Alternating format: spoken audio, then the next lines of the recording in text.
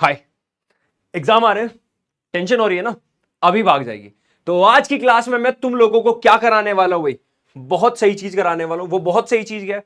सब बच्चों के दिमाग में डाउट रहता है कि सर लास्ट के 2 दिन में हम क्या पढ़ें, सर लास्ट के 2 दिन में कैसे कॉन्फिडेंस में लाएं खुद को, कैसे हम वो एंजाइटी दूर करें। सारी चीज आज इस क्लास के अंदर, एक ही क्लास के अंदर सारी चीज तुम्हें मिलने वाली है। और शुरुआत में कैसे करने वाला हूं, आज तुम लोगों को सारे फॉर्मूलाज विद सीक्वेंस यही बताएंगे भी। शुरुआत कर दे, क्योंकि हमें टारगेट लेना है। देखो ऑब्वियस ही बात है, जब तुम्हारा एग्जाम आने वाला है तो तुम्हें कम से कम टाइम में ज्यादा से ज्यादा चीज अपने दिमाग में रखनी है, और वो दिमाग से चीजें बाहर भी निकलनी जरूरी है जब तुम एग्जाम हॉल में जाओगे। अगर तुम भर लोगे इतना ज्यादा तो निकलने में बड़ी दिक्कत होगी। ऐसे मान लो बहुत सारे लोग एक कमरे में भर गए, है ना, गिने चुने होंगे तो आराम से कमरे में से निकलेंगे, लेकिन अब इतनी ज्यादा भीड़ होगी कि कमरे में से निकलने के लिए धक्का मुक्की हो रही, तो वही हो जाएगा दिमाग में। ठीक है, चलो शुरुआत करते हैं। इलेक्ट्रिक चार्जेस एंड फील्ड, एक एक चैप्टर के सीक्वेंसिंग के साथ हम फॉर्मुलाज करने वाले हैं। याद करना स्टार्ट करो। चलो अब तुम्हें करना क्या है, सब लोग अपनी आंख बंद करेंगे। ठीक है, ये तुम्हें फॉर्मूला शीट उतारनी है। ये एग्जाम में जब तुम देने जाओगे उसकी सुबह सुबह जब उठोगे तो एक बार इसे ओवरव्यू कर लेना। ठीक है, आंख बंद करो और जो जो मैं बोलता जो बस सुनते जाना। शुरुआत में जैसे ही तुम इस क्लास में आए, क्लास 12th में, तुमने सबसे पहले पढ़ा Q equals to positive minus NE number of electrons into electronic charge. फिर हमने पढ़ा Coulomb's law KQ1 Q2 by R square. अब मैं लिख के क्यों लाया इन फॉर्मूलाज को, एक्चुअल में पता है अभी बैठ के लिखे मैंने। ठीक है, तो लिखने में मुझे लग गए 1.5-2 घंटे लग गए इसे लिखने में। बुढ़ापे में वैसे भी कमर दर्द होगी, पता है तुम्हें 50 साल हो गई है तो दर्द होगी कमर। लेकिन मैंने इसलिए लिख के लाया हूं जिससे कि हमारा कम टाइम में क्लास हो पाए। ये एक रिवीजन के तौर पे, अगर मैं साथ में लिखता, वैसे मैं साथ में भी लिख सकता था, बट साथ में लिखने में फिर तुम लोगों का टाइम थोड़ा सा। ठीक है, इसके बाद F Coulomb's law KQ1 Q2 by R square. यहां पर K क्या होता है, 1/4 पाई एप्सिलॉन नॉट। ये एप्सिलॉन नॉट क्या होता है, permittivity of vacuum. Permittivity of vacuum की वैल्यू क्या है, 8.85 इंटू 10 की पावर -12। ये तुम्हें विद यूनिट्स याद होनी चाहिए। ठीक है, कूलम्ब स्क्वायर पर न्यूटन मीटर स्क्वायर। ठीक है, अगर हम चार्जेस को पानी में डुबोते तो उनकी फोर्स कितने टाइम्स कम या ज्यादा होती है, डिवाइडेड बाय के। ये के क्या है पे, डाइलेक्ट्रिक कांस्टेंट। ये वाला के और ये वाला के अलग है। ये के क्या बोलते हैं, डाइलेक्ट्रिक कांस्टेंट, या फिर इसको एक और भी नाम दिया गया है, रिलेटिव परमिटिविटी। इसका फॉर्मूला क्या होता है, एप्सिलॉन अपॉन एप्सिलॉन नॉट। ठीक है, इसके बाद हम आते हैं इलेक्ट्रिक फील्ड। इलेक्ट्रिक फील्ड है क्या, बेसिकली किसी भी चार्ज पर कितनी फोर्स लग रही है ना। तो मान लो मेरी फोर्स किसी और चार्ज पर कितनी लग रही है, तो मेरी इंटेंसिटी ढूंढी जा रही है वहां पर। तो electric field basically force upon Q या फिर KQ बाय R स्क्वायर। अगर इलेक्ट्रिक फील्ड किसी रिंग की वजह से निकालनी हो उसके एक्सिस पर, बहुत रेयरली, बोर्ड में तो बहुत रेयरली पूछा जाता है, CUT में पूछा जाएगा, KQX अपॉन एक्स स्क्वायर पर R स्क्वायर की पावर 3/2। ये कहां है, एक्सिस पर। ठीक है, अगर मैं एक्सिस पे ना पूछ के सेंटर पर पूछूं तो सेंटर पर इलेक्ट्रिक फील्ड 0 हो जाता है। ये रिंग के लिए ध्यान रखना। ठीक है, अब इसके लिए आर्क, अगर कभी एक आर्क दी हो तो 2K लैम्डा। लैम्डा क्या होता है यहां पर, charge density, Q upon L। Lambda क्या होता है भैया तुम्हारा, Q upon L, charge density. अलग अलग टाइप की चार्ज डेंसिटी होती है, जैसे लैम्डा होती है एक होती है सिग्मा, चार्ज अपॉन एरिया, एक होती है रो, चार्ज अपॉन वॉल्यूम। तो तुम्हें कितनी सारी याद हो, सब याद होनी चाहिए। ठीक है, तो 2K lambda upon R sine theta by 2। Theta तुम्हारा ये रहा। आगे बढ़ते हैं भैया, इसके बाद हम पढ़ते हैं रोड। एक सिंगल रोड है जिससे चार्ज रोड है ना, इस पे चार्ज रख दिया। ठीक है, अगर चार्ज रोड की लेंथ फाइनाइट है यानी कि फिक्स है, इतनी बड़ी है मान लो, तो उसका formula K lambda upon R sine theta 1 sine theta 2। देख लो ये रही चार्ज रोड, थीटा 1 और थीटा 2 यहां पे देखो। ठीक है, यहां पे दो टाइप से निकालते हैं, एक एक्स एक्सिस में ये रहा, एक वाई एक्सिस में K lambda by R cos theta 1 minus cos theta 2। लेकिन ये फिर से रेयरली पूछा जाता है, बट तुम्हें पता होना चाहिए। इसके बाद तुमसे पूछा जाता है इनफाइनाइट वाला, इसके अंदर कुछ नहीं करना, सिर्फ ये वाला फॉर्मूला देख लो, K लैम्डा बाय R के आगे 2 लगा दो बस, 2K लैम्डा बाय R। इसके बाद आता है सेमी इनफाइनाइट, यानी तुम्हारी एक तरफ से लेंथ तुमने फिक्स कर दी, दूसरी तरफ से बहुत लंबी है, तो √2K लैम्डा बाय R। ये तुमने सब पढ़ा हुआ है, देखो एक तरह से ओवरव्यू आ रहा है, दिमाग में बैठ रहा है, चीजें याद आ रही हैं। चलो आगे बढ़ते हैं। और हां, बहुत बच्चों ने हो सकता है बहुत सारी चीजें नहीं पढ़ी हो, सब डाल दी इसके अंदर। ठीक है, और जो टॉपिक्स ऐसे थे जो बोर्ड से बिल्कुल कट चुके हैं, उन्हें थोड़ा सा अच्छे से डीपली बता दिया मैंने यहां पे। ठीक है, इसके बाद आता है स्फेयर। अगर हम इलेक्ट्रिक फील्ड निकालना चाहें अलग अलग पार्ट के लिए, पहला निकालते हैं कंडक्टिंग स्फेयर। कंडक्टिंग स्फेयर चाहे सॉलिड हो चाहे होलो हो, दोनों के लिए same formula, inside electric field 0 होता है। ठीक है, सरफेस पर electric field KQ by R square होता है, और आउटसाइड द सरफेस यहां पर मान लो इलेक्ट्रिक फील्ड KQ बाय छोटा R स्क्वायर होता है। इसका ग्राफ तुम्हें याद होना चाहिए, ये ग्राफ, क्योंकि यहां पे इलेक्ट्रिक फील्ड नहीं है तो इसलिए यहां से स्टार्ट हुआ। इसके बाद ये तुम्हारा मेन है, जो तुम्हारा एक्स्ट्रा वाली चीज आती है, जो थोड़ा सा हार्ड वाला टॉपिक है, वो क्या तुम्हारा non conducting solid sphere. Non conducting है यानी चार्ज अंदर भी होगा। अंदर में सुनो, सरफेस पर सेम फॉर्मूला, ठीक है, सरफेस पर सेम फॉर्मूला, इवन आउटसाइड भी सेम फॉर्मूला, लेकिन फॉर्मूला बदलता है अंदर। मान लो यहां पर तुमसे इलेक्ट्रिक फील्ड पूछा है इस पॉइंट पर, तो के क्यू छोटा आर, ये डिस्टेंस छोटा आर ले लो, बड़ा आर यानी इसकी रेडियस ले लो आर क्यूब। या फिर एक फॉर्मूला है रो एक्स, रो क्या है यहां पे, charge density, which is equals to, अब ये भी पीछे लिखवाई थी क्या, Q upon V, rho X upon 3 epsilon naught. इसका ग्राफ देख लो, जैसे जैसे सेंटर से दूर जाओगे इलेक्ट्रिक फील्ड बढ़ेगा, मैक्सिमम होगा सरफेस पर, फिर घटना स्टार्ट हो जाएगा। ठीक है, इसके बाद आता है यूनिफॉर्मली चार्ज शीट। ये किस लिए काम आता है, कैपेसिटर के टाइम पे पढ़ने के। तो तुम्हारी शीट का फॉर्मूला इलेक्ट्रिक फील्ड का सिग्मा अपॉन 2 एप्सिलॉन नॉट। आगे बढ़ जाते हैं, अगला टॉपिक डाइपोल, यानी अगर मैं एक इलेक्ट्रिक डाइपोल, क्या होता है, एक नेगेटिव और पॉजिटिव चार्ज को इक्वल थोड़े से डिस्टेंस पर रख दो, वो थोड़ा डिस्टेंस डी भी हो सकता है, एक्स भी हो सकता है, हम उसे 2l बोल देते हैं। जरूरी नहीं है 2l हो, एग्जाम में तुम्हें क्वेश्चन वाला दे सकता है डी, तो ये मत घबराना कि ये तो 2l था। ठीक, इसके एक्सिस पर इलेक्ट्रिक फील्ड कितना होता है, 2 kp by R cube. Equatorial पे कितना होता है, एग्जैक्टली हाफ, इक्विटोरियल पे होता है exactly half, kp by R cube.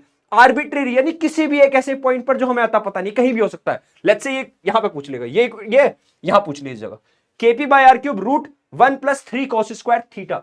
इसके बाद हमें अगर मान लो इलेक्ट्रिक फील्ड दे दिया, लेट्स से ये रहा, ठीक है, और हमारा डाइपोल ये रखा है, तो डाइपोल पे कितना टॉर्क लगेगा, रोटेटिंग फोर्स का इफेक्ट कितना होगा, वो होगा तुम्हारा पीई साइन थीटा। ठीक है, ये तुम्हारा फॉर्मूला ऐसा है जो तुम्हारे बोर्ड्स में नहीं है। ठीक, तो मैं जो जो चीजें तुम्हारी बोर्ड्स में नहीं है उन्होंने ऐसे सर्कल कर दूंगा।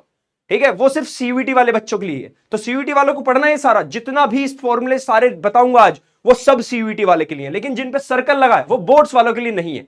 Time period of a pendulum, तो टाइम पीरियड होता है तुम्हारा 2 pi root I upon PE. ये आई क्या है, मोमेंट ऑफ इनर्शिया बोलते हैं इसे, इस आई को क्या बोलते हैं, मोमेंट ऑफ इनर्शिया। याद होगा तुम्हें बचपन में जब तुम छोटे बच्चे थे और छोटी छोटी शरारतें करते थे, तब तुमने छोटी क्लास में ये फॉर्मूला पढ़ा था 11th में, रोटेशनल चैप्टर के टाइम पे, मोमेंट ऑफ इनर्शिया। ये तुम्हें गिवन होगा एग्जाम में। पी क्या है, डाइपोल मोमेंट, ई क्या है, इलेक्ट्रिक फील्ड, 2 पाई तुम्हें पता ही है। यानी अगर तुम किसी डाइपोल को इलेक्ट्रिक फील्ड में रख दो तो वैसे रोटेट करता है, तो उसका रोटेशन का टाइम पीरियड क्या है। ठीक है, इसके बाद आता है फ्लक्स। फ्लक्स मतलब कितनी इलेक्ट्रिक फील्ड लाइंस किसी एरिया से पास होती है। Flux equals to EA equals to EA cos theta, जैसे डॉट प्रोडक्ट हटाओगे cos थीटा आ जाएगा। वेक्टर तुम्हें बेसिक मैथमेटिक्स पढ़ाया हुआ। इसके बाद आता है गॉस भैया। गॉस भैया ने क्या बोला कि यानी अगर तुम कोई भी एक चार्ज लो, उसे एक स्फेरिकल या फिर एक क्यूबिकल किसी भी सॉलिड सरफेस के अंदर, 3D सरफेस के अंदर बंद कर दो, तो उसके अंदर जो चार्ज इनक्लोज होता है upon epsilon naught will equal to the flux. क्या यही फ्लक्स का फॉर्मूला भी है, हाँ ना बोलो, क्या यही फ्लक्स का फॉर्मूला भी है। बहुत ही बढ़िया, आगे बढ़ जाओ। अगला चैप्टर तुम्हारा इलेक्ट्रोस्टैटिक पोटेंशियल एंड कैपेसिटेंस। इस चैप्टर की शुरुआत होती है हम पढ़ लेते हैं पोटेंशियल एनर्जी क्या है। तो पोटेंशियल एनर्जी दो चार्ज की वजह से आई, के Q1 Q2 अपॉन आर, और यही इक्वल होती है वर्क एक्सटर्नल के। Work external is equals to minus of work conservation. Conservative forces का जो वर्क डन होता है वो इक्वल होता है तुम्हारा, कहां दिया है मैंने, माइनस ऑफ डेल्टा। ये याद रखना, ये दोनों ऑपोजिट होते हैं एक दूसरे के। V इक्वल्स टू ये क्या तुम्हारा electrostatic potential plus potential, electrostatic potential, इसकी एसआई यूनिट वोल्ट होती है। जितनी चीजें मैंने लिखवाई उन सब की एसआई यूनिट तुम साथ में लिखो बैठ के, नहीं आती तो चाहे कहीं से चेक करो, बट एसआई यूनिट और उनके डायमेंशनल फॉर्मूला तुम्हें पता होने चाहिए। इसके बाद इलेक्ट्रिक फील्ड का रिलेशन पोटेंशियल के साथ, ये माइनस क्यों लगाया, जिस डायरेक्शन में इलेक्ट्रिक फील्ड होता है उस डायरेक्शन में पोटेंशियल की वैल्यू कम होती चली जाती है। ये बात बहुत सारे क्वेश्चन में तुम्हें मैंने कराई हुई है, जो बच्चे मुझसे पढ़े हुए हैं। इसके बाद आता है रिंग। एक रिंग की वजह से पोटेंशियल ढूंढते हैं, अगर सेंटर पर ढूंढेंगे तो KQ by R. Electric field याद करो क्या था, जीरो सेंटर पर। अगर मैं बोलूं कि मुझे इसके एक्सिस पर, एक्सिस मतलब ये वाले पॉइंट पर ढूंढना है, ये वाले पॉइंट पे, इसको x ले लो, ये r, तो इस पर तुम्हारा potential KQ by under root R square plus X square. बहुत सिंपल है। इसके बाद अगर आर्क की वजह से सिंपल KQ बाय आर, ठीक है, और कुछ नहीं सोचना।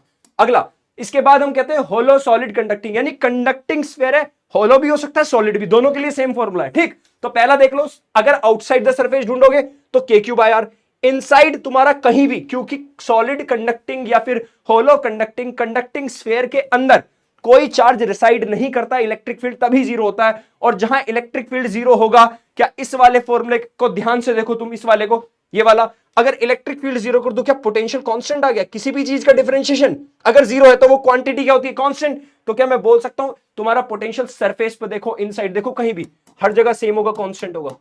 ठीक, इसके बाद तुम्हारा एक ग्राफ है भाई, पहले कांस्टेंट रहता, देखो सेंटर से लेके यहां तक कांस्टेंट है, कांस्टेंट। इसके बाद जैसे ही बाहर जाते घटना स्टार्ट हो जाता है, ये रहा। ठीक है, इसके बाद आया तुम्हारा सॉलिड नॉन कंडक्टिंग, ये थोड़ा हार्ड होता है, ये इलेक्ट्रिक फील्ड में भी हार्ड था, यहां भी हार्ड है। सॉलिड तुम्हारा कंडक्टर या फिर सॉलिड कंडक्टर नहीं, सॉरी नॉन कंडक्टर है ना, सॉलिड नॉन कंडक्टिंग स्फीयर की बात हो रही है। यहां पर तुम्हारे बाकी फॉर्मूला सेम होते हैं, कौन से, आउट वाला भी सेम है, ठीक, सरफेस वाला भी सेम है, बट बदलेगा कौन सा, तुम्हारा बदलेगा इनसाइड। यानी अगर तुमसे कभी अंदर की तरफ यहां पूछ ले जाए पोटेंशियल कितना है, हर जगह चार्ज है ना, ये छोटा आर ले लो, तो तुमसे अगर कभी भी अंदर पूछ लेगा तो KQ/2R³ bracket theta square minus छोटा आर स्क्वायर। ये बहुत रेयर चांस है कि तुमसे पूछा जाए, बट अगर क्या पता पूछ लिया तो लास्ट टाइम पे बस देख के जाओ, हो सकता है सिर्फ तुमसे एग्जाम में इसका फॉर्मूला ही पूछ ले, इतना ही पॉसिबल है। न्यूमेरिकल तो बहुत मुश्किल इससे पूछेगा, बट क्या पता, ठीक है। तो हमें तो हर तरीके से तैयार है ना वर्स्ट केस के लिए। इसके बाद आता है डाइपोल। अब डाइपोल का भी मोमेंट, इस डाइपोल की वजह से भी पोटेंशियल क्रिएट होता है। वो क्या होता है, पहला अगर एक्सिस पे ढूंढोगे KP/r², यहां पर इक्विटोरियल पर अगर तुम इस डाइपोल के यहां पर पोटेंशियल ढूंढोगे तो जीरो होता है, जीरो, जितना इसकी वजह से उतना इसकी वजह से, तो जीरो हो जाता है यहां पे, ठीक है। आर्बिट्रेरी किसी भी एक पॉइंट पे KP cos theta upon R², अगर पोटेंशियल एनर्जी ढूंढोगे -P cos थीटा, ठीक। अब ये बात, दो पॉइंट याद रखना, अगर तुम 0 डिग्री की बात करते हो, अगर मैं यहां पे 0 डिग्री, अगर यहां 0 डिग्री पुट कर दूं तो cos 0 डिग्री होता है 1, तो क्या -P, क्या सबसे कम पोटेंशियल होता है -P, -1, 0 और 1, तो -1 सबसे छोटा है। सबसे कम पोटेंशियल जहां होता है, याद रखना, पार्टिकल उतना ज्यादा स्टेबल होता है। कम पोटेंशियल मतलब स्टेबिलिटी ज्यादा, तो क्या ये ज्यादा स्टेबल, तो इसे स्टेबल इक्विलिब्रियम बोलेंगे। अगर सबसे ज्यादा वैल्यू क्या होगी इसकी, +PE, तो +P कब होगी, जब ये खुद माइनस होगा, तो cos 180 डिग्री होता है -1, ये बन जाएगा प्लस, तो तुम्हारा U हो जाएगा तुम्हारा P, ये तुम्हारी अनस्टेबल इक्विलिब्रियम बोलते हैं, ठीक। इसके बाद आओ कंडक्टर। कंडक्टर के अंदर electric field 0, potential constant, sigma होता है तुम्हारा चार्ज डेंसिटी, यानी कि चार्ज डेंसिटी उतनी ज्यादा जितना रेडियस कम। इसीलिए जो तुम्हारी न्यूक्लियरी चीजें होती है, जहां पर कोना ज्यादा होता है, वहां पर चार्ज ज्यादा रिसाइड करता है। इसलिए बिल्डिंग्स के ऊपर क्या करते हैं हम, न्यूक्लियरी कोई चीज लगा कर रखते हैं, जिससे कि लाइट जब गिरे ना तो उसके ऊपर गिर जाए, ठीक है। इसके बाद हम पढ़ते हैं कैपेसिटर। ये है तुम्हारा पैरेलल प्लेट्स कैपेसिटर, ये भी एक पैरेलल प्लेट है, इनको मैंने लाइन की तरह बना दी, ये भी एक पैरेलल प्लेट है, दोनों के बीच डिस्टेंस d है, तो कितना कैपेसिटेंस होगा, यानी कैपेसिटेंस मतलब इसकी कितनी ताकत है चार्ज को स्टोर करने की, which is equals to ε0A upon d। A किसका, एरिया ऑफ प्लेट्स, d किसका, इन दोनों के बीच का डिस्टेंस। ये इन दोनों का वजह से इलेक्ट्रिक फील्ड कितना बना, सिग्मा अपॉन ε0। वो सिर्फ कहां होता है, बीच में, कांस्टेंट होता है हर जगह, हर जगह कांस्टेंट, ध्यान रखना। इधर भी इलेक्ट्रिक फील्ड 0, इधर भी इलेक्ट्रिक फील्ड 0। चार्ज कितने स्टोर कर सकता है ये, C into V, Q equals to CV, ठीक। इसके बाद हम आए, ये तुम्हारा अर्थ या फिर किसी भी स्फेयर के लिए अगर तुम्हें कैपेसिटेंस ढूंढना हो तो कैपेसिटेंस का फॉर्मूला होता है 4πε0r, ठीक। इसके बाद ये एनर्जी स्टोर क्या होता है, ये हाफ CV², यानी कैपेसिटर के बीच में कितनी एनर्जी स्टोर कर सकते हैं, हाफ CV²। किसकी फॉर्म में स्टोर होती है एनर्जी, इलेक्ट्रिक फील्ड की फॉर्म में। अगला एनर्जी डेंसिटी हाफ ε0E², ये कहां से आया, अरे किसी भी एनर्जी की डिवाइड कर दो वॉल्यूम से, ये होता है चार्ज डेंसिटी, ठीक। इसके बाद है डाइलेक्ट्रिक, यानी कि तुम किसी भी प्लेट के बीच में कॉटन, पानी, कुछ भी रखोगे, उसे डाइलेक्ट्रिक बोला जा रहा है। दो टाइप के डाइलेक्ट्रिक होते हैं, पोलर और नॉन पोलर। पोलर वो जो जिनका डाइपोल मूवमेंट होता है बिना किसी इलेक्ट्रिक फील्ड के, डाइपोल मूवमेंट होता है बिना किसी इलेक्ट्रिक फील्ड के। डाइपोल मूवमेंट की डायरेक्शन याद रखना, इलेक्ट्रिक फील्ड की उल्टी होती है, ठीक है। तो डाइलेक्ट्रिक अगर तुम पुट कर दोगे, ये के तुम्हारा डाइलेक्ट्रिक कांस्टेंट है। याद करो पहले चैप्टर में स्टार्टिंग में तुमने पढ़ा था ε0r, रिलेटिव परमिटिविटी, उसी को हम डाइलेक्ट्रिक कांस्टेंट भी बोलते थे।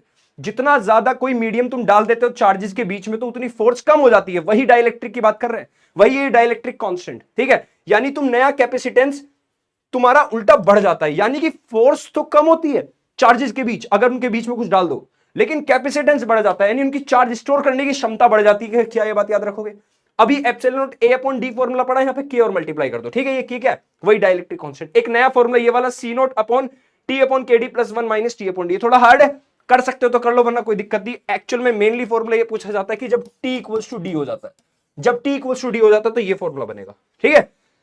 कॉमन पोटेंशियल, ये भी देखो सर्कल किया हुआ है, याद रखना जिन जिन पे सर्कल किया हुआ है वो बोर्ड्स के लिए नहीं है ना, ठीक है। इसके बाद हम पढ़ते हैं कॉमन पोटेंशियल, यानी तुमने कैपेसिटर जोड़ दिए एक साथ तो इनका कॉमन पोटेंशियल बन जाता है। वो क्या बनता है, V = C1 V1 + C2 V2 upon C1 + C2। अगर सीरीज में पोटेंशियल जोड़ोगे तो देखो, याद करो रेजिस्टेंस तुमने सीरीज और पैरेलल पढ़ रखा है ना, छोटी कक्षा में जब तुम थे, है ना, 10th क्लास में जब थे, ये तुम्हारा पैरेलल का फॉर्मूला होता था, यहाँ उल्टा है बस। तो कैपेसिटर सीरीज में ये फॉर्मूला और पैरेलल में तुम्हारा ये formula.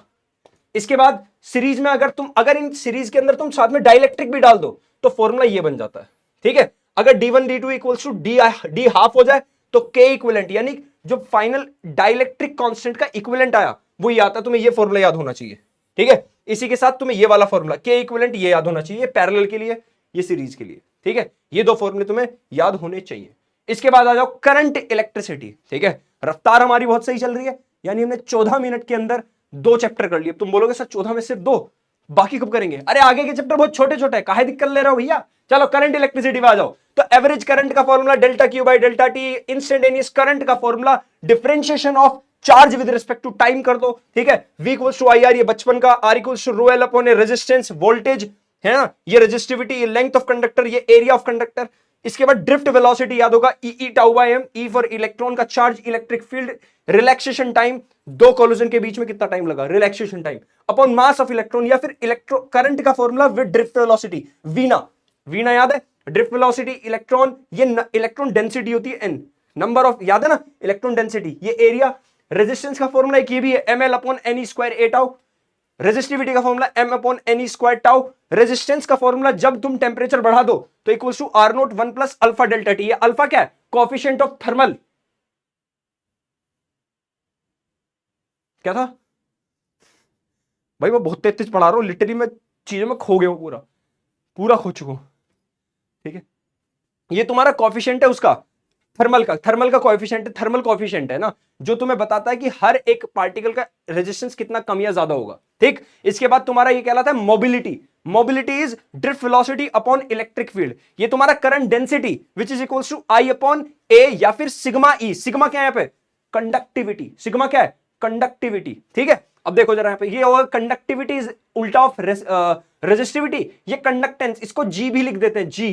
Conductance equals to 1 upon resistance. इनका ग्राफ देखो, अगर वी आई का ग्राफ ये है तो ये रेजिस्टेंस बताता है, अगर उल्टा ग्राफ ले लो तुम आई और वी का तो ये कंडक्टेंस बताता है। याद रखिएगा ये वाली बात। आगे आ जाओ भैया, ये तुम्हारे किरचॉफ लॉ। जंक्शन पर तुम्हारा करंट, किसी भी जंक्शन पर करंट कितना होता है? यहां पर 0। जितना करंट आया उतना करंट निकल गया, यहां से उतना करंट, तो जंक्शन पर करंट कितना? 0। यानी कि तुम पूरी एक लूप में पोटेंशियल डिफरेंस कितना? 0। ये तुम्हारा क्या कहला? Wheatstone bridge, R1 upon R2 equals to R3 upon R4। अगर ऐसा सिस्टम हो जाए तो बीच से करंट फ्लो नहीं होता। इसके बाद तुम्हारा मीटर ब्रिज, क्या? Resistance upon shunt equals to, ये रेजिस्टेंस कौन सा है जो तुम्हें ढूंढना है? Unknown resistance. यानी ये रेजिस्टेंस ढूंढने के काम आता है। ये मीटर ब्रिज किसके प्रिंसिपल पे काम करता है? व्हीटस्टोन ब्रिज के ऊपर, ठीक है। देखो हमने कंपेयर कर दिया ना, R1 upon R2, R1 upon R2। ये लेंथ कितनी, वायर की लेंथ पर जाके हमें वो नल पॉइंट मिला, मतलब बीच में जहां पे करंट फ्लो नहीं हो रहा, ये वो वाली लेंथ है, ठीक है। जो बची हुई लेंथ है वो 100 माइनस एल, क्योंकि हम पूरी 100 सेंटीमीटर की वायर लेते हैं, यानी 1 मीटर की वायर लेते हैं। इसके बाद पोटेंशियोमीटर जो ईएमएफ नापने के काम आता है, ईएमएफ कंपेयर करने के। हमने 2 सेल लगाए, जिसका एक का ईएमएफ 1, एक का ईएमएफ 2 इक्वल्स टू, पहली बार नल डिफ्लेक्शन का आया L1, दूसरी बार नल डिफ्लेक्शन का आया L2, ठीक है। ये फॉर्मूला एक और तरीके से यूज होता है पोटेंशियोमीटर। हम इंटरनल रेजिस्टेंस ढूंढते हैं किसी भी सेल का, तो internal resistance equals to L1 पहला डिफ्लेक्शन माइनस L2 दूसरा डिफ्लेक्शन अपॉन L2 सेकंड वाला deflection into resistance of the wire, जो पूरी वायर उसका रेजिस्टेंस। ये तुम्हारा इंटरनल रेजिस्टेंस ढूंढने के काम आता है। अगला हो, ये तुम्हारा डिस्चार्जिंग ऑफ ए सेल है। जब सेल को डिस्चार्ज करते हैं तो उस टाइम पे वोल्टेज ये होता है टर्मिनल वोल्टेज, ये होता है तुम्हारा EMF minus I into R. ये तुम्हारा चार्जिंग के टाइम का फॉर्मूला है, जब तुम्हारा सेल चार्ज होता है। ये करंट का फॉर्मूला है जब हम सेल सीरीज में या पैरेलल में लगाते हैं, E equivalent upon R equivalent plus R. अगर सीरीज में लगाएंगे तो ये एनई हो जाएगा, ई और आर इक्विवेलेंट हो जाएगा एनआर। अगर पैरेलल में लगाएंगे तो तुम्हें पता है बैटरी का पोटेंशियल सेम होता है, इसलिए ई इक्विवेलेंट ई के इक्वल लिख दिया, लेकिन रेजिस्टेंस आर अपॉन एन हो गया। पावर का फॉर्मूला वी आई या फिर आई स्क्वायर आर या फिर V square upon R. Series में हम ये फॉर्मूला यूज करते हैं, पैरेलल में हम ये फॉर्मूला यूज करते हैं। बल्ब्स इन सीरीज में अगर बहुत सारे बल्ब लगा दोगे तो उनकी पावर निकालने का फॉर्मूला ये है, P अपॉन एन, एन मतलब नंबर ऑफ बल्ब्स। पैरेलल में तुम्हारा formula NP, heating effect of electric current I square R T, ठीक है। ये तुम्हारा एनर्जी का formula power into time. Moving charge and magnetism, moving charge and magnetism, इस chapter का नाम magnetic effect of electric current भी है। तो इस चैप्टर में सबसे पहली चीज हम क्या पढ़ते हैं? Biot Savart law. वहां पर तुम्हारा दिया गया dB equals to mu naught upon 4 pi ideal sin theta upon r square. यहां पर मैग्नेटिक फील्ड की डायरेक्शन कैसे निकालोगे? इन दोनों के बीच, ये थीटा क्या है? इन दोनों के बीच का एंगल। पाम रूल यूज करते हैं, करंट की डायरेक्शन देखी, जिधर मैग्नेटिक फील्ड ढूंढना है और ये तुम्हारी डायरेक्शन आ गई, पाम रूल यूज करते हैं। इसके बाद हम पढ़ते हैं क्या, एक वायर है जिसमें करंट आई फ्लो कर रहा है, इस पॉइंट पर मैग्नेटिक फील्ड क्या है? Mu naught I upon 4 pi R sin theta 1 plus sin theta 2। याद करो इलेक्ट्रिक फील्ड में भी कुछ ऐसे ही पढ़ा था, ठीक है। इसके बाद अगर ये वायर इनफाइनाइट होती तो simple mu naught I upon 2 pi R, 4 की जगह 2 कर देना, सिंपल लिख देना। अगर ये सेमी फाइनाइट होती तो इसे उठा के बस लिख दो mu naught I upon 4 pi R, ठीक है। अगर किसी भी वायर के एक्सिस पर मैग्नेटिक फील्ड ढूंढना हो तो 0 होता है, याद रखना हमेशा, ये सबसे इंपॉर्टेंट है।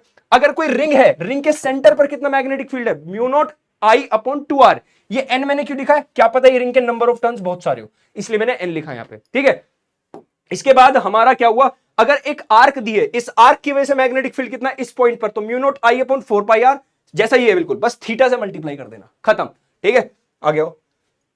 इसके बाद अगर एक्सिस पर पूछा मैग्नेटिक फील्ड, तुम्हें याद होगा इलेक्ट्रिक फील्ड भी ढूंढता था, माई म्यू नॉट आई ए स्क्वायर, वहां पे एक्स स्क्वायर था, याद करो, 2x² प्लस ए स्क्वायर ब्रैकेट 3/2, ये याद रखना। इसके बाद तुम्हारा ये एम्पेयर सर्किट लो है कि बीडीएल निकालो यानी फ्लक्स निकालो, equals to mu naught I total, कितना करंट टोटल फ्लो कर रहा है। ठीक है, ये तुम्हारा है तुम्हारा सोलेनोइड का magnetic field, mu naught N I, यहां पर छोटा एन क्या होता है, नंबर ऑफ टर्न्स पर unit length, n upon L. तुम्हारा सेम टोरॉइड के लिए भी होता है फॉर्मूला, बट यहां पे जो एन होता है ये एन अपॉन 2 पाई आर होता है, यानी लेंथ होती है 2 पाई आर, क्योंकि सर्कल में होता है टोरॉइड। ठीक है, अब देखो सर्कल लगा है, पता ना, यहां पे मैंने सर्कल क्यों लगा रखा है सबको पता ही है। ठीक है, इसके बाद अगर मैं सिलेंडर की बात करूं, कोई होलो सिलेंडर, अरे वायर को सोचो अंदर से खाली है, तो वो भी तो एक वायर होलो सिलेंडर की तरह, अगर इसका फॉर्मूला निकालना तो mu naught I upon 2 pi R, बिल्कुल स्ट्रेट वायर वाला फॉर्मूला है, इनफाइनाइट स्ट्रेट वायर का। अगर इसको मैं सॉलिड ले लेता हूं, सॉलिड लेने से अच्छा, अंदर कोई करंट नहीं है तो कोई मैग्नेटिक फील्ड नहीं, जीरो, आउट बाहर की तरफ mu naught I upon R, surface पर mu naught I upon 2 pi R. ठीक है, अगर मैं इसको सॉलिड ले लेता हूं तो अंदर भी करंट फ्लो होगा, अंदर भी मॉलिक्यूल्स हैं, तो इसका formula mu naught I upon 2 pi R square के साथ ऊपर एक आर लगा देना, ऊपर एक आर लगा देना। ठीक है, अगले चैप्टर में चल सके, अगला नहीं, मेरे जैसी एनर्जी बनी हुई है नहीं बनी हुई है। टीचर मेरे कब तक हमें इस एनर्जी से पढ़ाओगे, इसी एनर्जी से पढ़ाते रहो, हम रैंक निकाल के दिखा देंगे। बना ही नहीं कुछ, कोई बात नहीं। ठीक है, मेन बात है चैप्टर बन जाने चाहिए तुम्हारे। तो अगले पेज पे चलते हैं भैया, अगला page F equal to QVB sin theta, यानी अगर एक चार्ज कभी भी तुम्हारा एक मैग्नेटिक फील्ड में दौड़ता हुआ गया तो उसके लिए फॉर्मूला QVB sin थीटा। ठीक है, यहां पर तुम लेफ्ट हैंड फ्लेमिंग्स रूल भी यूज कर सकते हो, चाहो तो राइट हैंड पाम रूल भी यूज कर सकते हो, बट मेरा मानना यह रहेगा कि left hand Fleming's rule use करो। इसके बाद अगर कभी भी थीटा 90 डिग्री है तो वो हमेशा सर्कुलर पाथ फॉलो करेगा, सर्कुलर पाथ फॉलो करेगा तो सेंट्रीपिटल फोर्स होगी, और सेंट्रीपिटल फोर्स होगी तो तुम क्या आर इक्वल रेडियस निकाल सकते हो, कितनी रेडियस से वो घूमेगा, सर्कल नहीं। ठीक है, टाइम पीरियड कितने में एक चक्कर लगाएगा, 2πm अपॉन QB। ठीक है, अगर वो थीटा कभी 90 डिग्री ना हो तो वो ऐसे पाथ से जाता है जिसको बोलते हैं हेलिकल पाथ, वहां पर फॉर्मूला बस सेम है, साथ में साइन थीटा लगा दो, ये हेलिकल पाथ। ये एक चक्कर को बोलते हैं पिच, पिच कैसे निकालोगे, v cos theta into time period. इसके बाद हम बोलते हैं लॉरेंस फोर्स, यानी कहीं मैग्नेटिक फील्ड भी है इलेक्ट्रिक फील्ड भी है तो फोर्स होगी QE प्लस QVB, इसको बोलते हैं लॉरेंस फोर्स। यहां पर अगर कभी भी तुम्हारी इलेक्ट्रिक फील्ड और मैग्नेटिक फील्ड इक्वल हो जाती है तो यहां पर एक चीज आती है जिसको बोलते हैं वेलोसिटी सेलेक्टर, ये तुम्हारे आगे के चैप्टर्स में काम आती है, जो बच्चे पढ़े हुए उन्हें पता होगा। तो V इक्वल्स होता है electric field upon magnetic field. अगर मैं किसी कंडक्टर को कहीं मैग्नेटिक फील्ड, कंडक्टर को अगर मैं दो कंडक्टर रख दूं आसपास, या फिर एक कंडक्टर को रख दूं मैग्नेटिक फील्ड के अंदर और उसमें से करंट फ्लो करा दूं, तो फॉर्मूला होता है F equals to BIL sin theta. ज्यादातर थीटा तुम्हें 90 डिग्री मिलेगा तो टेंशन मत लेना, डायरेक्ट फॉर्मूला BIL। ठीक, अगर मैं दो कंडक्टर रख दूं, दोनों में करंट फ्लो करा दूं, सेम डायरेक्शन में अगर करंट फ्लो करूंगा तो एक दूसरे को अट्रैक्ट करते हैं, ऑपोजिट डायरेक्शन में करंट फ्लो करूंगा तो एक दूसरे को रिपेल करते हैं, तो उसके लिए फॉर्मूला तुम्हारा F equals to mu naught I1 I2 L length of conductor upon 2πd, D क्या है दोनों के बीच का डिफरेंस। चलो आगे आ जाओ भाई। इसके बाद अगर तुम्हारी कोई सर्कुलर लूप में करंट फ्लो हो रहा है तो उसके लिए मैग्नेटिक मोमेंट का फॉर्मूला NIA।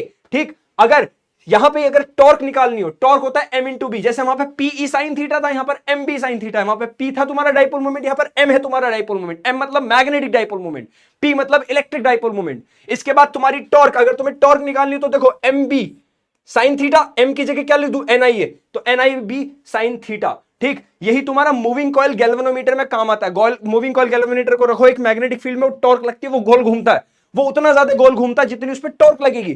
गोल घूमने से वो क्या होता है, इसकी सुई घूमती है। ठीक है, तो सुई मतलब एंगल कितना ज्यादा, तो जितना ज्यादा एंगल उतना ज्यादा टॉर्क। तो यहां से एक फॉर्मूला आता है टॉर्क थीटा के, ये के क्या है, प्रोपोर्शनैलिटी कांस्टेंट, इसको बोलते हैं टॉर्जनल कांस्टेंट। ठीक है, जितनी अच्छी स्प्रिंग उस पर डिपेंड करता है। ठीक, यहां से अगर टॉर्क का फॉर्मूला एक ये भी है, तो दोनों को जब कंपेयर करते हैं तो तुम्हारे अलग अलग फॉर्मूला आते हैं। तो पहला फॉर्मूला हम बोलते हैं करंट सेंसिटिविटी, वो है तुम्हारा थीटा अपॉन आई, यानी कितना थीटा घूमने पर कितने करंट होने पर कितना थीटा हुआ, तो यह है NAB upon K. Voltage sensitivity theta upon V. इसके बाद बोलते बोलते पेट दर्द कर गया। इसके बाद हम गैल्वेनोमीटर को कन्वर्ट करेंगे एमीटर के अंदर, गैल्वेनोमीटर टू एमीटर। तो यहां पर हम क्या करते हैं भैया, एक शंट लगा देते हैं। शंट बहुत छोटे रेजिस्टेंस की होती है तो लगभग करंट यहां से फ्लो कर जाता है। तो ये देखो, क्या ये पोटेंशियल, ये दोनों पैरेलल में तो इनका पोटेंशियल सेम होगा, तो पोटेंशियल मतलब करंट इंटू रेजिस्टेंस, और ये भी तुम्हारा करंट इंटू रेजिस्टेंस, तो दोनों का पोटेंशियल सेम इसे पुट कर देना। ये फॉर्मूला तुम्हारा यूज होने वाला है गैल्वेनोमीटर को जब एमीटर में कन्वर्ट करते हैं। अगर गैल्वेनोमीटर को हम वोल्टमीटर में कन्वर्ट करें तो हम इस बार जो शंट लगाते हैं वो हाई रेजिस्टेंस की होती है, तो इससे करंट फ्लो नहीं करता।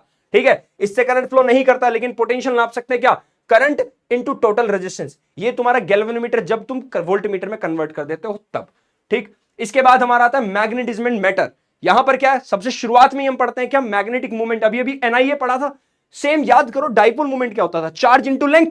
यहां पर क्या है, मैग्नेटिक स्ट्रेंथ इंटू लेंथ। किसी की भी पोल स्ट्रेंथ, यानी किसी जो डाइपोल होते हैं ना, north pole south pole, north pole की इतनी ताकत है, उसको बोलते हैं छोटा एम। ठीक है, अगर मैग्नेट इस डाइपोल मूवमेंट क्या, चलो मान लो ये तुम्हारा नॉर्थ पोल साउथ पोल, एक और मैग्नेट रख दो नॉर्थ पोल साउथ पोल, इन दोनों के बीच का, इन दोनों के बीच समझो ये एक डाइपोल बन गया, देख रहे हो एक डाइपोल बन गया। अगर इक्वल उसके हैं तो इनके एक्सिस पर पूछ रहा है मैग्नेटिक फील्ड कितना होगा, म्यू नॉट आई अपॉन 4 पाई। वहां याद करो 2p था, 2kp, यहां 2 कांस्टेंट m, m p की जगह बस m आ गया अपॉन r क्यूब। वहां पे आधा हो गया था तो देखो यहां पे भी आधा हो गया। ठीक है, इसके बाद तुम्हारा गॉस लॉ यहां पर 0 लगता है, गॉस लॉ यहां पर काम नहीं करता। ठीक है, क्योंकि यहां पर दोनों पोल्स होते हैं, तो जितनी फील्ड लाइंस निकली उतनी एंटर भी करती हैं, है ना, तो इसलिए तुम्हारी फ्लक्स 0 हो जाती है, इसलिए गॉस लॉ यहां पर नहीं अप्लाई होता। इसके बाद वर्क एक्सटर्नल इक्वल्स टू तुम्हें पता है डेल्टा यू होता है। ठीक, और potential energy minus M B cos theta. यहां पर फिर से वो टाइम पीरियड वाला फॉर्मूला है, पीछे पढ़ाया था, यहां पे भी आता है। वहां पे पी ई था, यहां पर एम बी है, बस इतना ही डिफरेंस है। यानी तुम डाइपोल को रख दो मैग्नेटिक फील्ड में एक्सटर्नल में, तो वो ऐसे करेगा, ऑसिलेट करेगा। ठीक है, ये तुम्हारा आया क्या भैया, याद करो एक टॉपिक पढ़ा था इंटेंसिटी, याद है, इंटेंसिटी ऑफ मैग्नेटाइजेशन, और एक पढ़ा था मैग्नेटाइजिंग इंटेंसिटी। मैग्नेटाइजिंग इंटेंसिटी मतलब मेरी कितनी ताकत है तुम्हें ज्ञान देने की, वो है एच। ये होता है तुम्हारा B naught upon mu naught N I. एक था इंटेंसिटी ऑफ मैग्नेटाइजेशन, तुम्हारी कितनी ताकत है पढ़ने की, ज्ञान लेने की, वो रहा ये, यानी छोटा एम यानी पोल स्ट्रेंथ अपॉन एरिया, या फिर अगर तुम ऊपर नीचे एल एल से मल्टीप्लाई करोगे लेंथ से, तो यहां पे मैग्नेटिक मूवमेंट अपॉन वॉल्यूम आ जाता है। ये तुम्हारा कहलाता है ससेप्टिबिलिटी, काई। ये काई बताता है कोई कितना अच्छा सीखने वाला इंसान है, कोई कितनी अच्छा मटेरियल है जो मैग्नेटाइज हो सकता है।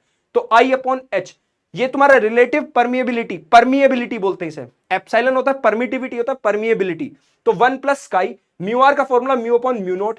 काई तुम्हारा टेम्परेचर के इनवर्सली प्रोपोर्शनल होता है। ठीक है, ये पैरामैग्नेटिज्म के लिए बताया। जैसे प्रोपोर्शनल हटाते हैं सी अपॉन टी आ जाता है, ये सी तुम्हारा क्यूरीज कांस्टेंट है। ठीक है, अब इसके बाद तुम्हारा आता है अर्थ मैग्नेटिज्म वाला टॉपिक। वहां पे तुम्हें सिर्फ बेसिक सी बात याद रखनी, एक तो तुम्हें याद रखना क्या, हॉरिजॉन्टल मैग्नेटिक फील्ड, ये इक्वल टू होता है बी कॉस थीटा। ये थीटा क्या है, तुम्हारा एंगल ऑफ इंक्लिनेशन या डिप, और ये टेन थीटा वाला फॉर्मूला याद रख लेना, BV upon B H, perpendicular upon base, that's it. यहां से आगे बढ़ते हैं। ठीक है, इसके बाद है तुम्हारा इलेक्ट्रोमैग्नेटिक इंडक्शन, जब किसी और कारण से तुम्हारा करंट पैदा हो गया। सबसे पहले तुम पढ़ते हैं हम क्या, फेरेडे साहब का लो। फेरेडे साहब बताते हैं बहुत शानदार बात, उसके बाद लेंज लो भी आ जाता है, दोनों को मिक्स करके एक फॉर्मूला बनता है, इसको बोलते हैं ईएमएफ का फॉर्मूला। ये रहा तुम्हारा EMF equals to minus N D phi over D T. ये माइनस क्या बताता है कि करंट खुद के पैदा होने के कारण को अपोज कर रहा है। मजा आ रहा है, बता दो जल्दी भैया, सबका रिवीजन हो गया तगड़ा। फ्लक्स का formula B A cos theta, cos theta हटाओगे बी डॉट ए आ जाएगा। इसके बाद करंट क्या होता है, अरे करंट होता है वोल्टेज अपॉन रेजिस्टेंस, तो ये ईएमएफ अपॉन रेजिस्टेंस। अब यहां पर एक चीज और है, जैसे करंट इंड्यूस हो रहा है, जैसे ईएमएफ इंड्यूस हो रहा है, ईएमएफ इंड्यूस होने से बना करंट। करंट बना कैसे, चार्ज की वजह से। तो यहां पे चार्ज का भी फॉर्मूला है कि चार्ज कितना चेंज हो रहा है, charge is equals to change in charge equals to change in flux upon resistance. ये याद रखना ईएमएफ का। अगर मैं किसी भी कंडक्टर को कभी मूव कराऊं, अच्छा देखो, ईएमएफ सिर्फ फ्लक्स चेंज होने से नहीं होता। फ्लक्स कैसे चेंज हो सकता है, जब तुम क्या करो, वेलोसिटी चेंज कर दो, एरिया चेंज कर दो, करंट चेंज कर दो, हर रीजन से फ्लक्स चेंज होता है। तो अगर मैं किसी कंडक्टर को मूव करा दूं, वेलोसिटी दिला दूं, मूव करा दूं किसके अंदर, किसी मैग्नेटिक फील्ड में, तो उसके अंदर एक ईएमएफ जनरेट हो जाता है, जिसको हम बोलते हैं बीएलवी साइन थीटा। ज्यादातर ये थीटा तुम्हारा 90 डिग्री को, तो घबराना मत। इसके बाद तुम्हारा अगर तुम किसी कंडक्टर को रोटेट करा दो किसमें, मैग्नेटिक फील्ड में, तो ईएमएफ तुम्हारा होगा half V omega L square. ठीक, इसके बाद आता है सेल्फ इंडक्टेंस, यानी खुद में क्या बन जाना, खुद में इंडक्टेंस प्रोवाइड करना। यानी एक कॉइल के अंदर अगर तुम करंट को बार बार चेंज करो, उसके अंदर एक ऑपोजिट ईएमएफ जनरेट होता है, इसको बोलते हैं self inductance, which is equals to flux equals to L I. अगर यहाँ पे एन से मल्टीप्लाई कर दो, यानी नंबर ऑफ फ्लक्स, मतलब बहुत सारी कॉइल्स का नंबर है। ठीक है, एल आई, यहाँ पे ईएमएफ होता है minus L D I over D T. ये तुम्हारा self inductance of a solenoid. तो L equals to mu naught N square क्या है, उसके जो नंबर ऑफ टर्न्स है, इनटू एरिया अपॉन लेंथ। इसके बाद सीरीज में अगर इंडक्टर है तुम्हारा, L equals to L one plus L two हो जाएगा। पैरेलल में तो 1 upon L equals to 1 upon L1 plus L2। जैसे रेजिस्टर होते हैं ना, जिनका रेजिस्टेंस होता है, ऐसे इंडक्टर होते हैं, इनका इंडक्टेंस होता है। ऐसे कैपेसिटर होते हैं, इनका कैपेसिटेंस होता है। एसी चैप्टर में तुम पढ़ते हो, याद होगा तुम्हें। अब आता है म्यूचुअल इंडक्टेंस, यानी दो कॉइल रख दी, इसका फ्लक्स चेंज करा, इसका करंट चेंज करा, तो इसका फ्लक्स चेंज हो गया। Flux 2 equals to MI1। ये M क्या है, म्यूचुअल इंडक्टेंस। इसकी ऐसा यूनिट हेनरी होती है, याद रखना। अगर तो ईएमएफ दूसरी में जनरेट हुआ पहली के करंट की वजह से, तो EMF 2 equals to minus M di1 over dt। ठीक है, म्यूचुअल इंडक्टेंस का formula mu naught N1 into A2 upon L। अगर मैं बोलूं जैसे तुम्हें याद है कैपेसिटर के अंदर एनर्जी कितनी स्टोर हुई थी, हाफ सी वी स्क्वायर, यहां पे कितनी होती है, हाफ एल आई स्क्वायर। वहां एनर्जी डेंसिटी कितनी थी, half epsilon naught E square, यहां कितनी है, B square upon 2 mu naught. ठीक भैया, इसके बाद आ जाओ यहां पे, ये नोट फॉर बोर्ड्स पर कोएफिशिएंट ऑफ कपलिंग करके एक टॉपिक होता है, मतलब दो, अगर एक कॉइल तुम्हारी रखी, अगर इसके ऊपर ही बिल्कुल इसके साथ ही एक और कॉइल रख दूं, इसके साथ ही रख दूं, तो यहां पर तुम्हारा कोएफिशिएंट ऑफ कपलिंग होता है k इक्वल्स टू 1। बस ये तुम्हें याद रखना है, ठीक है। उसके लिए formula mutual inductance equals to coefficient of coupling root inductance of 1 inductance of 2। ये तुम्हारा एसी जनरेटर का फॉर्मूला है। एसी जनरेटर का फॉर्मूला NAB ओमेगा, ओमेगा क्या, उसकी रोटेशन की फ्रीक्वेंसी इनटू साइन थीटा। क्या बात समझ में आई? जल्दी बता दो फुर्ती से, हाँ ना बोल दो, कमेंट में चाहिए भाई मुझे।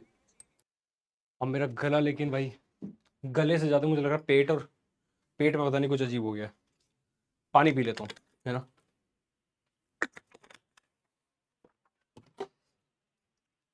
एग्जाम के लिए तैयार हो नहीं हो? अब जो बच्चे तैयार नहीं थे, क्या वो सारे फॉर्मूला देख सीख के तैयार हुए? अरे मेरी एनर्जी सी थोड़ा सा मोटिवेट हो जाओ भैया, और किसी की जरूरत नहीं है, हैं? वरना मैं उस गाने का सहारा लेने नहीं दूंगा बिल्कुल भी। बचपन तो गया, जवानी भी गई, एक पल तो अब हमें जीने दो, जीने दो। अबे जीने ही दे रहे हैं तुम्हें, तभी तो इतना पढ़ा रहे हैं। हाँ ठीक है, तुम सबको जीने दो, पढ़ो ढंग से और तगड़े नंबर लाओ। Give me some sunshine, give me some rain, give me another chance। बहुत सारे another chance मिल गए। चलो आगे बढ़ते हैं, आगे बढ़ते हैं, आगे आगे आगे बढ़ते हैं भैया। अल्टरनेटिंग करंट आ गया है। अल्टरनेटिंग करंट में हमने सबसे पहली चीज क्या पढ़ी, ईएमएफ होता है तुम्हारा ई नॉट साइन ओमेगा टी। ये आया कहां से, ये यहीं से आया। इसी को ई नोट मान लो, काम खत्म। और थीटा को लिख दो ओमेगा टी, पता है theta equals to omega T होता है। आ गया भैया, है इसी से तुम्हारा, अगर मैं रेजिस्टेंस से डिवाइड कर दूं दोनों साइड, तो क्या ये वाला फॉर्मूला बनेगा, I equals to I naught sine omega T. और इसी का मैं एवरेज, किसी भी चीज का एवरेज निकालना हो, याद हो तुम्हें बैच में ही पढ़ाया था, जिन जो बच्चे मुझसे पढ़े, एवरेज किसी भी चीज का निकालना हो तो आई, कोई चीज वेरिएबल है उसका एवरेज निकालना है, तो रजिस्ट उसका इंटीग्रेट करो, आईडीटी इंटीग्रेट करो डीटी, दैट्स इट। वैसे तुम्हारे एग्जाम में इस टाइप के क्वेश्चन नहीं आएंगे, पर तुम्हें पता होना चाहिए। इसके बाद हमें आरएमएस वैल्यू निकालनी होती है, क्योंकि हम एवरेज नहीं निकाल सकते, क्योंकि करंट ऐसा होता है, तो एवरेज निकाल ही नहीं सकते, जीरो आ जाएगा। इसलिए हम आरएमएस वैल्यू निकालते हैं। RMS is what, root mean square, है ना। स्क्वायर करो, एवरेज निकालो, फिर रूट कर दो, ई नॉट अपॉन रूट टू। यहां से रूट टू इधर मल्टीप्लाई में लेके गए। इंडिया के अंदर आरएमएस वैल्यू 220 वोल्ट होती है, अगर रूट टू से मल्टीप्लाई कर दो तो लगभग 311 वोल्ट, यानी मैक्सिमम वोल्टेज इंडिया के अंदर कितनी आ सकती है, 311 वोल्ट। तो ज्यादा खतरनाक होता है एसी इस वजह से डीसी से, ठीक है। और ये IRMS I naught upon root two, यहां पर हम गए, हम करंट का एवरेज नहीं निकाल सकते क्योंकि वो जीरो होता है, तो इसलिए हाफ साइकिल निकालते हैं, 2 आई नॉट अपॉन पाई। यहां पर अगर हम बात करें सिर्फ रेजिस्टर, यानी एसी करंट के साथ सिर्फ रेजिस्टर जोड़ दे, इसको बोलते हैं प्योरली रेजिस्टिव सर्किट। तो यहां पर तुम्हारा ईएमएफ का फॉर्मूला ये होता है और करंट का फॉर्मूला ये होता है, तो दोनों सेम फेज में होते हैं, इसको बोलते हैं फेज, दोनों सेम फेज में होते हैं। लेकिन अगर कैपेसिटिव सर्किट की बात करूं, वहां पर करंट आता है ये, यानी पाई बाय 2 ऐड हो गया, देखो प्लस में, यहां तुम्हारा ईएमएफ वही है, तो इसको बोलते हैं फेज डिफरेंस आ गया। कितना डिफरेंस आया, दोनों को माइनस करके देखो, क्या पाई बाय 2 का फेज डिफरेंस है ना। यहां पर एक और चीज होती है कैपेसिटिव रिएक्टेंस बोलते हैं इसे, यानी कैपेसिटर का रेजिस्टर बोल दो, ऐसा कैपेसिटर का रेजिस्टेंस बोल दो। तो ये फॉर्मूला था 1 अपॉन ओमेगा सी। ओमेगा क्या होता है, 2 पाई एफ, याद रखना, ठीक है। ईएमएफ अगर मैं बात करूं इंडक्टिव सर्किट की, यानी यहां पर सिर्फ इंडक्टर लगाया हुआ है सर्किट में एसी करंट के साथ, तो वहां पर ईएमएफ तुम्हारा प्लस पाई बाय 2 होता है और करंट तुम्हारा सिर्फ ये, तो यहां पर तुम्हारा ईएमएफ आगे चलता है किससे, करंट से। तो इसको बोलते हैं current is lagging behind by pi by 2 as compared to EMF. यहां पर एक्सएल होता है इंडक्टिव रिएक्टेंस, इसको बोलते हैं ओमेगा एल। ओमेगा की जगह फिर से 2 पाई एफ लिख सकते हैं हम। Power average capacitive, only capacitive circuit और ओनली इंडक्टिव सर्किट में निकाल के देखते हैं तो जीरो आती है, इसीलिए इनके अंदर जो करंट फ्लो होता है उसको बोलते हैं वॉटलेस करंट, ठीक है। लेकिन अगर मैं बात करूं पावर एवरेज सिर्फ रेजिस्टिव वाले सर्किट के अंदर, तो वहां आती है ईआरएमएस इंटू आईआरएमएस। ईआरएमएस का formula E naught upon root two put कर सकते हो, आईआरएमएस का formula I naught upon root two put कर सकते हो, ठीक है। इस हिसाब से E naught I naught upon 2 भी बन जाएगा, एक नया फॉर्मूला, ठीक है। अगर मैं आईआरएमएस और आई एवरेज का रेशियो निकाल दूं, एवरेज कौन सा, हाफ साइकिल वाला, अगर मैं इनका रेशियो निकाल दूं तो इस रेशियो को एक अलग नाम दे दिया, फॉर्म फैक्टर। कभी क्वेश्चन वाला पूछ ले what is form factor, that's it, बता देना डायरेक्ट ये, ठीक है। इसके बाद अगर मैं बात करूं, अगर मैं एलसीआर इंडक्टर कैपेसिटर और रजिस्टर तीनों को लगा दूं एक साथ सीरीज में, तो वहां पर तुम्हारा जो फाइनल ईएमएफ आता है वो आता है EMF equals to E naught sine omega T plus phi. यहां पर फेज डिफरेंस फाई कहलाया, ठीक है। यहां पर जेड को बोलते हैं इंपीडेंस, यानी ओवरऑल नेट रेजिस्टेंस, वो हुआ तुम्हारा एक्सएल माइनस एक्सी का square plus R square. 10 phi क्या हुआ, एक्सएल माइनस एक्स ये रहा, आर ये रहा, दोनों का रेशो, इसको बोलते हैं 10 फाई। cos फाई क्या हुआ, R upon Z, base upon hypotenuse. तो इसको रेजिस्टेंस और नेट रेजिस्टेंस के रेशो को हम बोलते हैं पावर फैक्टर। तो जो एलसीआर की एवरेज पावर आती है वो ये आती है ईआरएमएस, आईआरएमएस और साथ में cos फाई, इसीलिए इसको पावर फैक्टर बोला जाता है। ठीक है, रेजोनेंसिंग कंडीशन होती है जब करंट मैक्सिमम फ्लो करता है सर्किट के अंदर, इसी को बोलते हैं रेजोनेंस। ये तब होता है जब तुम्हारा एक्सएल और एक्सी इक्वल हो जाए, ये दोनों इक्वल हो जाए तो जीरो हो गया, तो ऐसे टाइम पे तुम्हारा Z इक्वल्स टू आर हो जाता है, और Z इक्वल्स टू आर होने से ये cos फाई क्या बन गया, 1। तो पावर फैक्टर जब भी 1 होगा उसको रेजोनेंस की कंडीशन बोलते हैं। ओमेगा तुम्हारा इक्वल, अगर तुम एक्सएल और एक्सी को इक्वल कर दोगे तो ये आएगा omega equals to 1 upon root LC, omega की जगह 2πf, तो 2π इधर डिवाइड में ले जाओ तो फ्रीक्वेंसी का फॉर्मूला ये आ गया, इसको रेजोनेटिंग फ्रीक्वेंसी भी बोला जाता है। ठीक है, इसके बाद आते हैं बैंडविड्थ। बैंडविड्थ या पता ही तुम्हें बैंडविड्थ क्या होती है, कहां से लेके कहां तक तुम्हें नॉर्मल हल्का सा भी करंट फ्लो कर रहा है, ठीक है, मैक्सिमम करंट जहां फ्लो करता है उसको क्या बोल देते हैं, रेजोनेटिंग फ्रीक्वेंसी। तो बैंडविड्थ होता है तुम्हारा 2 डेल्टा ओमेगा, एक और फॉर्मूला है R upon L। Quality factor कितनी अच्छी क्वालिटी है, जितनी कम बैंडविड्थ उतनी अच्छी क्वालिटी, तो resonating frequency upon 2 delta omega यानी बैंडविड्थ। ठीक है, चॉक कॉइल क्या होती है, जब तुम चाहते हो करंट वेस्ट ना हो तो तुम रेजिस्टर नहीं लगाते, रेजिस्टर हीट की फॉर्म में एनर्जी वेस्ट कर देता है, इसलिए इंडक्टर लगाते हैं, वहां पर करंट का फॉर्मूला ये होगा। एलसी ऑसिलेशन बस कुछ नहीं, तुम्हारा इंडक्टर और कैपेसिटर साथ में लगाती तो दोनों की एनर्जी पूछेगा टोटल। ट्रांसफॉर्मर क्या होता है तुम्हें पता ही है, ट्रांसफॉर्मर के अंदर जो तुमने प्राइमरी वोल्टेज दी जो आई तुम्हारी, ठीक है, सेकेंडरी कौन सी जो तुम यूज कर रहे हो, तो EP upon ES NP upon NS, याद रखना ये उल्टा रेश होता है, बस इतना याद रखना कि ये उल्टा रेश होता है। फिर से ये वाला टॉपिक बोर्ड्स में नहीं है, ठीक है, एसी जनरेटर भी नहीं है, पता होगा तुम्हें। ठीक, आइडियल ट्रांसफॉर्मर के लिए input power equals to the output power, इसको बोलते हैं एफिशिएंसी। इसका फॉर्मूला याद रखना, एफिशिएंसी आएगा power output upon power input. तो पावर आउटपुट का फॉर्मूला लिख सकते हैं, पावर इनपुट का फॉर्मूला लिख सकते हैं। ठीक है, आई होप सबको इतनी बात समझ में आ गई। अगला चैप्टर इलेक्ट्रोमैग्नेटिक वेव, जो कि तुम्हारा आज, अच्छा तुम्हें एक बात तो बताई नहीं मैंने, इस क्लास को मैं 2 पार्ट में दूंगा, पहला पार्ट पहली बुक, अगला पार्ट अगली बुक। तो हम इस वीडियो को कितनी मिनट की रखेंगे भैया, ये मान के चलो 38 मिनट की, यानी 40 मिनट्स की मैक्सिमम।